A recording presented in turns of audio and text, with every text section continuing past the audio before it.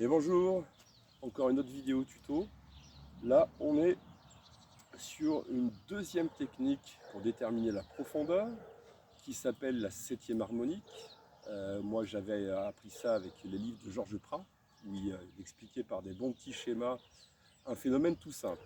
C'est-à-dire que votre filon d'eau, on a vu, dégage une énergie, vous la trouvez aux baguettes, vous trouvez des parois, mais vous allez voir que vous avez tout un tas d'harmoniques, c'est-à-dire que vous avez tout un tas d'échos, comme notre corps énergétique a des échos, a des couches plus ou moins fines, il y a tout un tas d'épluchures d'oignons, la musique, enfin tout émet des harmoniques généralement je pense, c'est-à-dire des échos.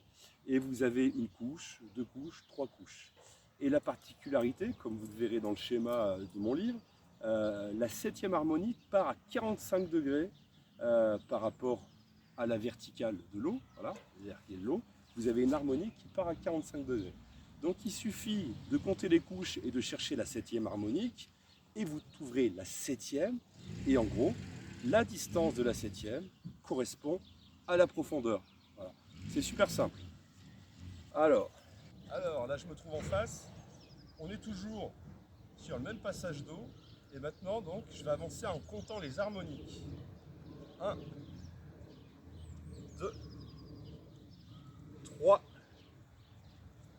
4, 5, 6 et 7. Donc en gros, là on est sur la septième harmonique, et donc cette distance est égale à la profondeur environ. Donc maintenant il ne me reste plus qu'à mesurer. 1, 2, 3, 4, 5, 7. Voilà, on est environ à 7 mètres. Donc tout à l'heure, avec la technique du pied, on avait trouvé environ 7 mètres aussi. Là, ça confirme, ça recoupe. Donc déjà, c'est bon signe. On serait autour de 7 mètres. Voilà pour la vidéo sur les harmoniques. Là, on est sur un terrain plutôt plat. Vous verrez dans le livre, si on est sur un terrain pentu, il faut faire une moyenne. Mais alors, bien sûr, là, qu'on le prenne de ce côté ou de l'autre côté, on devrait trouver la même distance. Voilà, ce qui serait d'un point de vue logique, d'un point de vue géométrique. Voilà, merci.